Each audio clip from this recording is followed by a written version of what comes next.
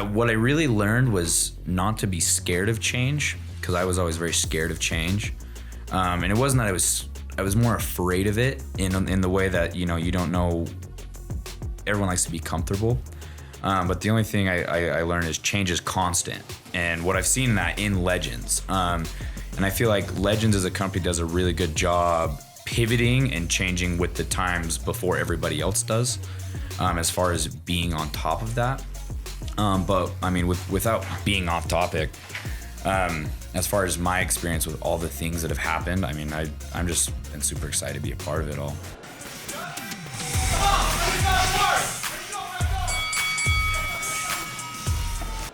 Hey everybody, welcome to the Legends Boxing Podcast. I'm your host, Andrew Scott, and I could not be more excited today to have another guest in studio today. He is so dear to my heart. His name is Kylan Withers. You guys should all know him. He has been with Legends almost from the beginning of it, and he is now currently the national head coach. So welcome, Kylan. Thanks for being here. Thank you for having me. Oh man, I wouldn't have it any other way. How long have we known each other? Since 2013. Wow. So 10 years. That's a long time. How old were you then? 13. 13 years old. How old are you now? 22. Almost 23, because, 10 years, yep. Almost 23. That's a long time. Where did you start boxing before Legends Boxing? In my garage. From who? It was actually my dad. He used to box years ago at Fulmer's as a kid. And I believe it's Fulmer's. And just out of nowhere, I got a heavy bag for Christmas. And he was like, I learned one punch a week. It was kind of just the numbers, or not the numbers, but just the punches. But he taught me one punch a week. And I would go practice it, and he'd come out and correct me. And we'd wrap my hands with just like medical tape and some cheap Ross gloves. I actually remember that. I remember the gloves that you brought. And I remember your dad and you and the whole family basically showing up day one, very skeptical about Legends and what it is that we do, and wanting to get a fight. That was the goal, was to train you because you wanted to fight. So tell me a little bit about that experience, if you can remember. I mean, that was 10 years ago. So tell me a little bit about that. I actually remember it very well. I remember walking in. That was back when the gym had a different layout, so you walked into the pro shop. You couldn't even see the gym. And I was a very quiet, very nervous teenager. And I was wearing jorts and a red youth shirt, because I remember that's the first thing was I walked in for the free class, and it was actually you, and you're like, are you going to wear those? And I was like, what? I thought, those jorts? I was like, that's all I've got, because I didn't work out. I didn't have workout clothes, really. And so that was like all I had as far as shorts. But I met you, I met Mary Lee, I believe it was Cheyenne, all on the first day. And I mean, everyone was very friendly, which was the one thing that I remember telling my mom. I think the first thing when I got in the truck, I was like, I like those guys. They're very nice.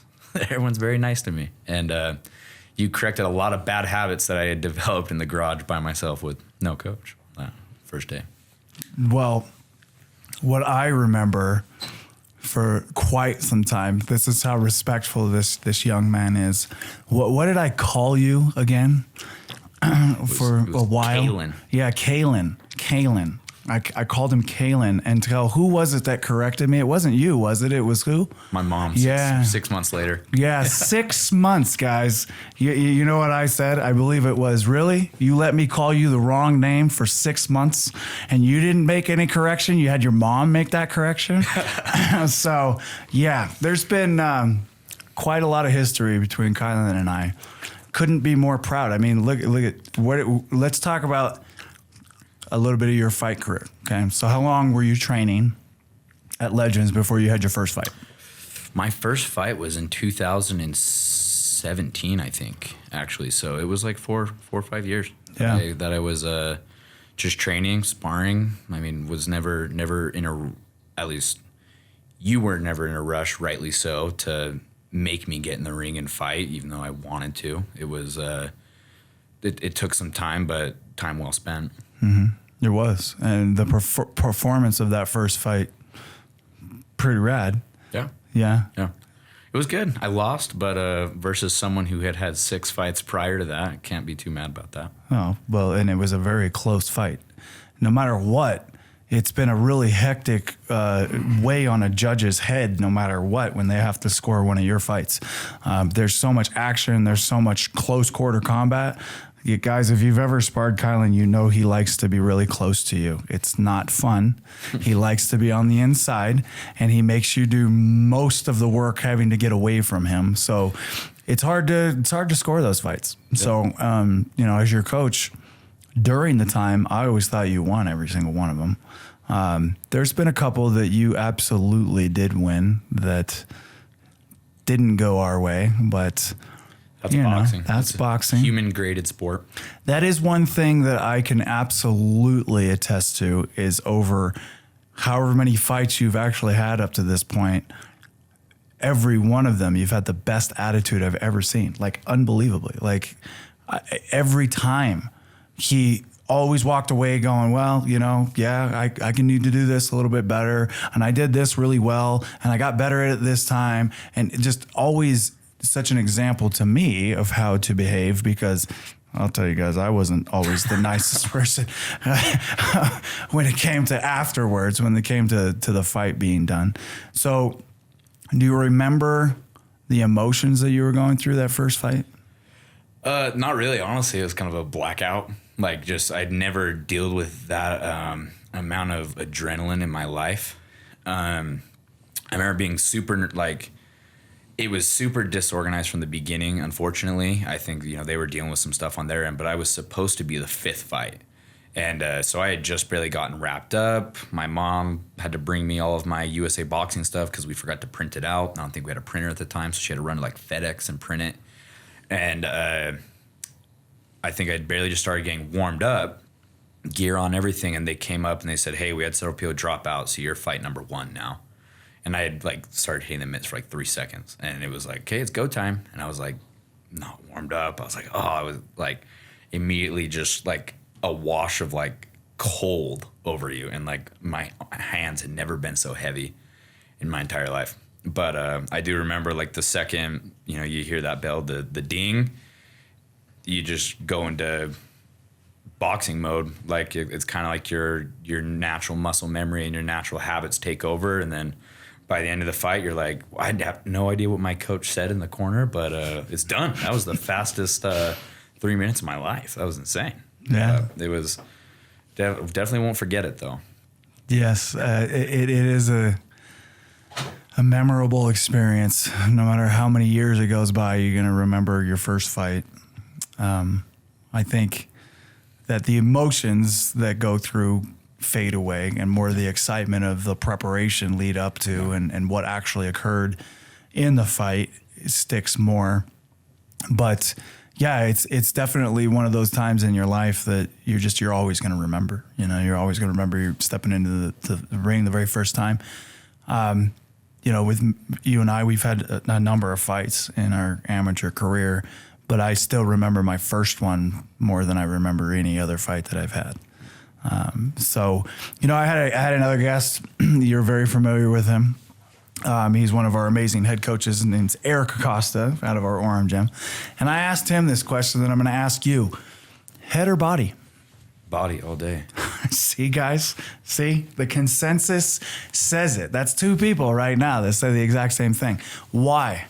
In my mind, well, I'm not tall for one, but aside the point, the body is like an investment, right? It's like cashing in money. So everyone always aims for the head.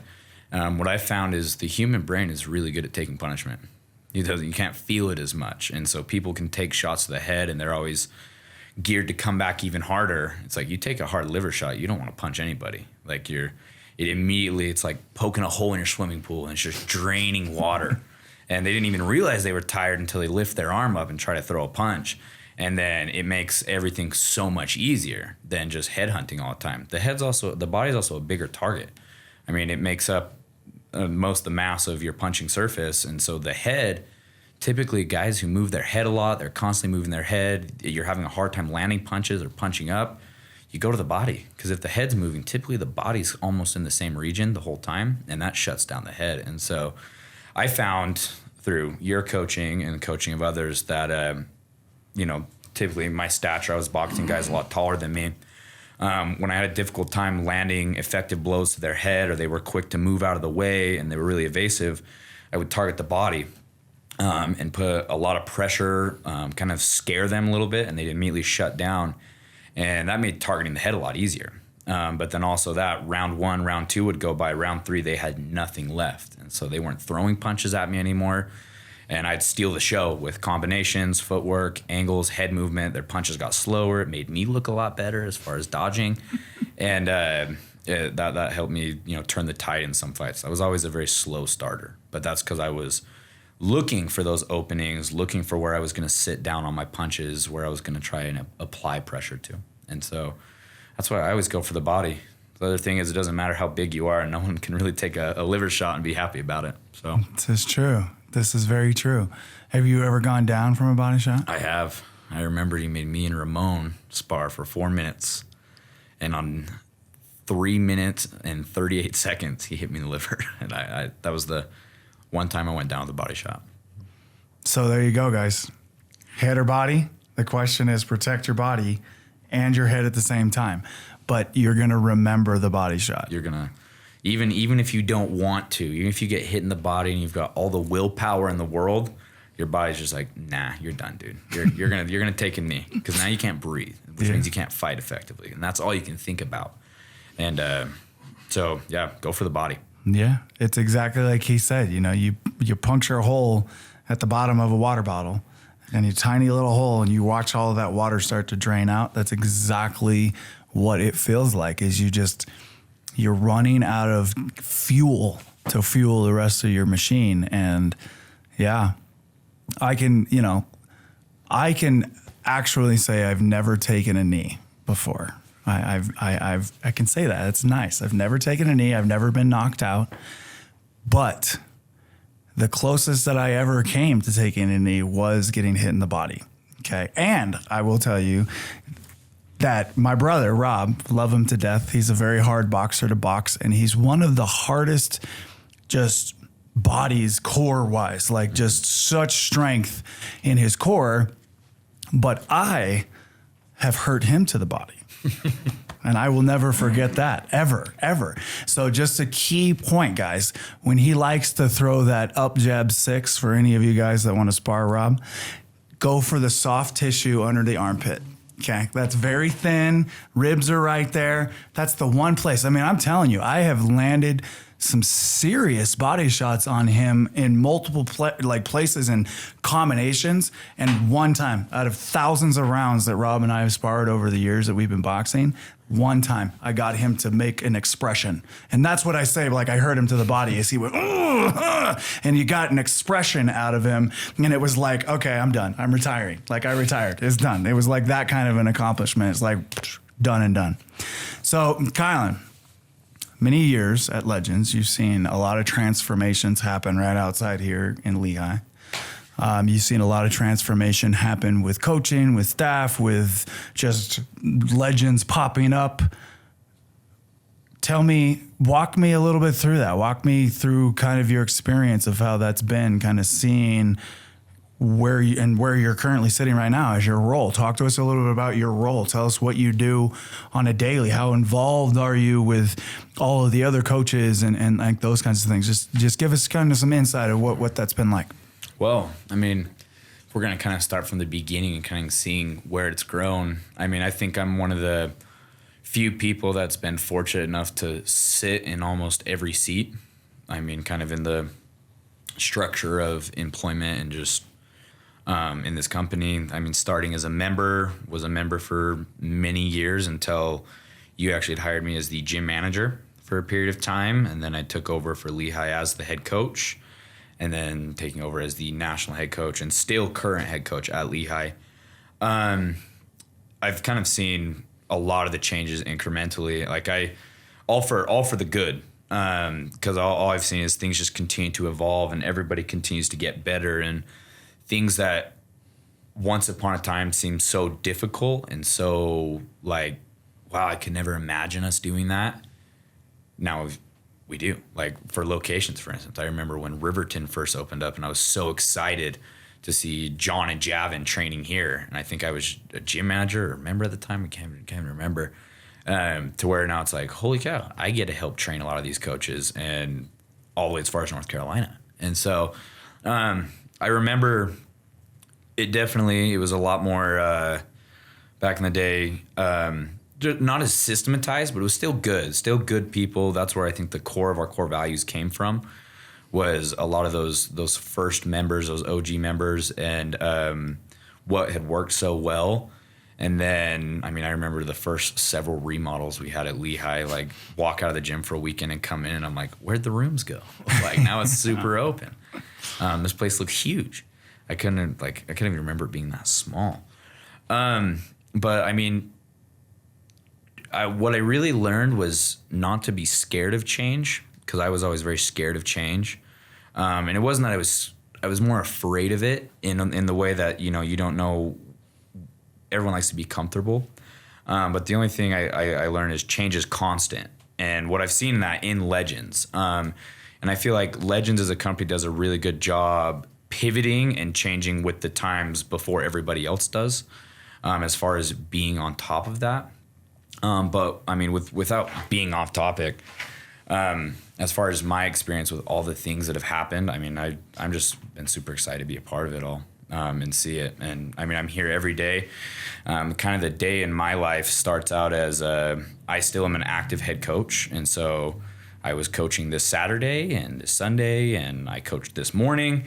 And so I like that. I don't want to get rid of that, because I like the kind of boots on the ground approach to it. Helps me, for one, be able to walk a mile in the shoes of all the head coaches that I'm trying to help, or that I feel that I have to give advice to or help them grow, that, walk the walk, talk the talk. I did it today too.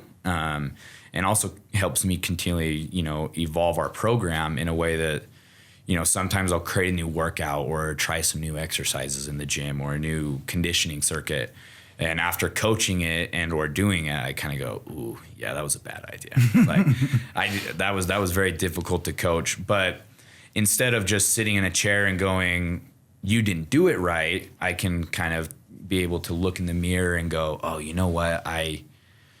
Yeah, that was my bad. I need to do a better job, or make adjustments that I experienced firsthand. And most people would agree that that's what creates a great leader, is someone who is leading people by example, not whipping at them from the back line, having them pull that person, right? Yeah. So, that's commendable. That's awesome that you're taking that role, you're taking it that seriously, that you're understanding that, for me to really be effective at this, I've got to do it also on a daily. So that's great. I mean, okay, we're kind of running out of time, but I'm really interested to hear this. Like, there's a couple more questions that I have for you, Kylan. Number one, do you have the most functioning elbow in the world? No. No. Is there a way we can maybe show the camera? It's long sleeve, but yeah, it's a little awkward there. Okay, has there ever been a time that you felt that was going to hold you back from being able to accomplish something? In your boxing or even in your normal daily life? No, not really. I mean, for context, I broke it 6 times, had 2 surgeries on it. That's kind of actually what got me into boxing. No, I think a lot of people told me it would. A lot of doctors, they're like, hey, look, you're not going to be able to, the most you're going to be able to do with it is ever hand people change. And ironically enough, that's the one thing I can't do, because I can't go palms up. But no. And the reason why is because I think with Legends and the environment that I was around as a kid is I never once had anybody, not one coach, not Andrew, ever go, you can't do this because of your arm. I did have that in school, like, PT tests or sports, you got to sit out because of this. I never once had anyone go, hey, Kylan, you can't do this because of your arm. It was more, let's figure out how you can. And instead of making it a liability or a disability, ended up empowering me. I mean, I think one of my best punches in the world is a spin off of a 6 to the body that was developed because I have a a messed up arm. And so as far as with Legends, I've never, outside of Legends, absolutely, but with Legends, I can say this has never felt like a disability or a hindrance to me, just because the people I've had around that wholeheartedly supported me and helped me work around it, to where people remind me that it's messed up now, and I have to go, oh yeah, it is. It's a little weird. So. Okay. Thank you for sharing that. And that's absolutely true, you guys.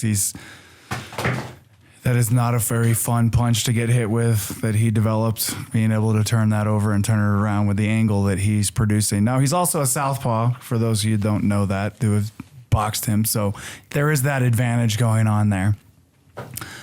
Last question, okay? And we'll kind of let you just think about this one for a second. I've known you for a long time. A lot of people that know you know your attitude is very upbeat. It's very positive. It's very silver lining with everything. But I'm going to go out on a limb here and going to assume that within this 10 years that you've been a part of Legends, and how many boxing matches and sparring rounds you've been in, and things that you have had to overcome, that there's been times in your 10 years of Legends that you've just wanted to throw in the towel and quit. Do you want to talk to me a little bit about that? Yeah, I mean, without going into I think that's more common than it isn't common. I mean, life can be tough and change can be tough, and especially as fast of a growing company as Legends is, there's lots of moments where it's like you want to throw your hands up in the air. You're sitting in the parking lot at 5:20, getting ready to start a 5:30 class, and you just wish you could be in bed a little bit longer, or you're so frustrated, and the rest of the day seems like this unmovable obstacle. But I mean, one thing I found with coaching, with boxing, even losing fights, is it's a lot of people spend a lot of time overanalyzing, overthinking about aspects that they have zero control over. And they let that govern their day and their attitude and how they perceive the world and other people. And what I've kind of just found is that, I'm going to dedicate the majority of my attention to things that I actually can control. And as difficult as it can be sometimes, I've always found the one thing I can control is my attitude and my outlook on things. And so even things happen and, you want to bang your head against the table and you're just like, but, taking a step back and thinking again, and knowing that you can control your attitude and how you let something affect you and how you're going to react to it. And, I think helps a lot. Yeah. Just like everybody else, there's days that I just would rather just stay in bed and not get up and sparred really hard the night before. Now I got to coach 5:30 and I got to be there at 9 p.m. That's a 16-hour day. But at the end of the day, sometimes it's not about you. It's about the others that you're going to be working with and are excited to see you and controlling your attitude. Because anyone can control their attitude and take a deep breath and make sure that, just on coaching, that they're delivering a good experience too. So I guess that's kind of my answer for that. It's a great answer. That was a great answer. And do you see why he's so successful at the things that he does, you guys?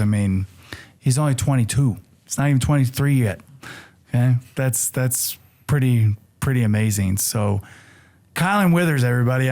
Let's give it up. Big shout to the national head coach. Big shout to Legends. Please make sure you guys are following, subscribing, commenting. Click the notifications button, because we are going to have a new episode dropping really, really, really soon. Don't quit. Don't give up. The fight only stops when you decide for it to stop. We'll see you guys in the gym. We'll see you next time.